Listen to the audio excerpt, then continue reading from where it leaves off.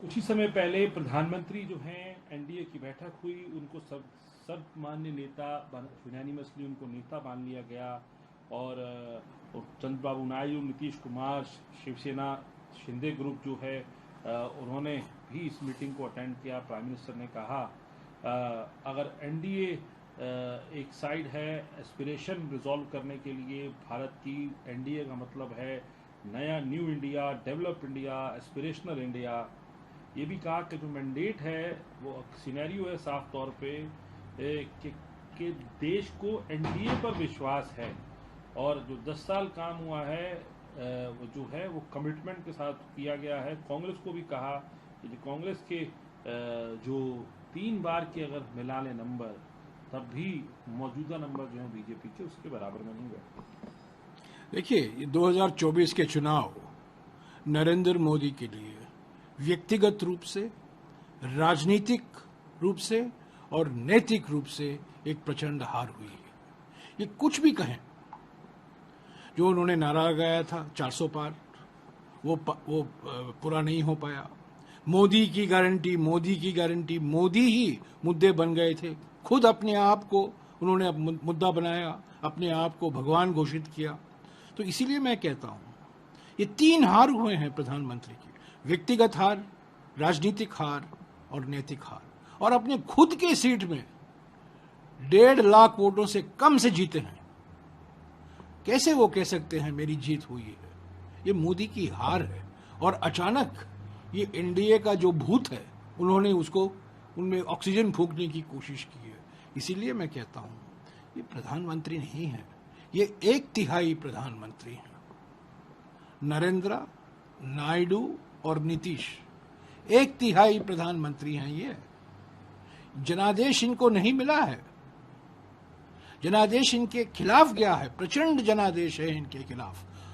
Seat जीते होंगे, vote जीते होंगे, सांसद जीते होंगे, पर इकबाल उन्होंने नहीं जीता। जानते हैं इकबाल? जसवंत सिंह हमेशा अपने भाषण में कहा करते थे, नेता को और सरकार को इकबाल की जरूरत है, यानी कि वो लेजिटिमेसी की जरूरत है। वो नरेंद्र मोदी खो चुके हैं।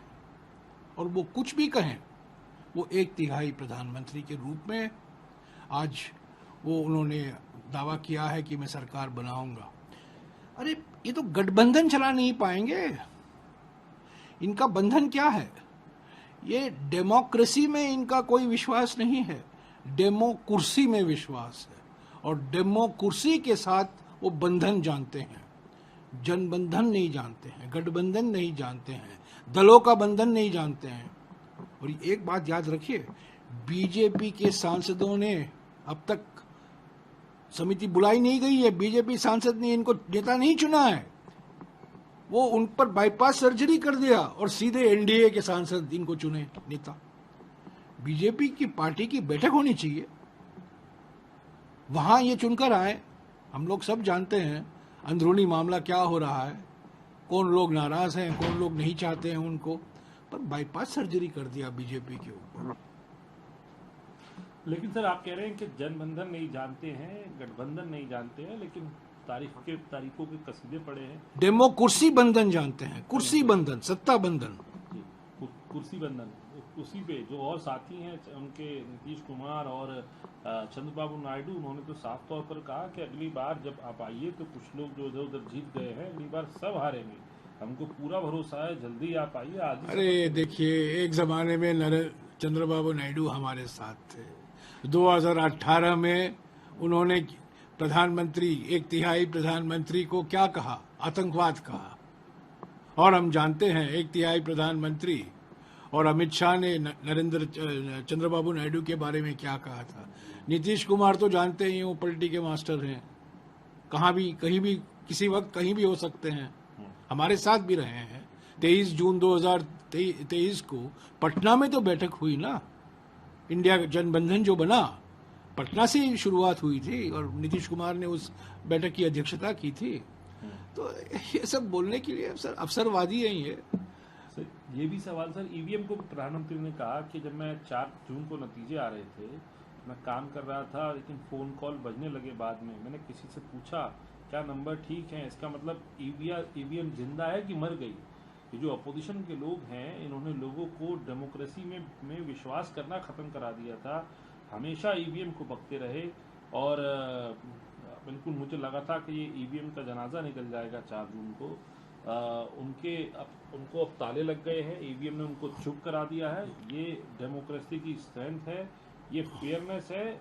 और मैं इस बात की उम्मीद करता हूँ कि हमें अगले 5 साल तक ईवीएम के बारे में सुनने नहीं मिलेगा, लेकिन जब 2029 की बात आएगी, वो दोबारा से ईवीएम राग गाएंगे। कोई ईवीएम के बारे में आज मैं कुछ नहीं कहूँगा।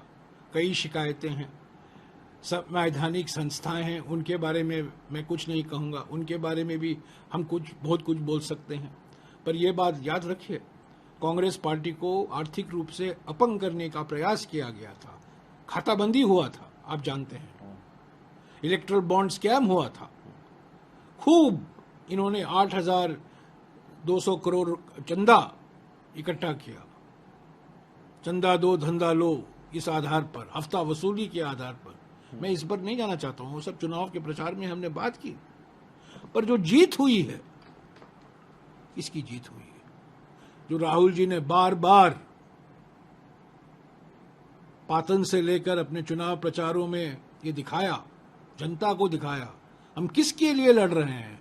सत्ता के लिए नहीं लड़ रहे हैं, कौन बनेगा प्रधानमंत्री के लिए नहीं लड़ रहे हैं, पर भारत का संविधान, बाबा साहब अंबेडकर का संविधान को सुरक्षित रखने के लिए।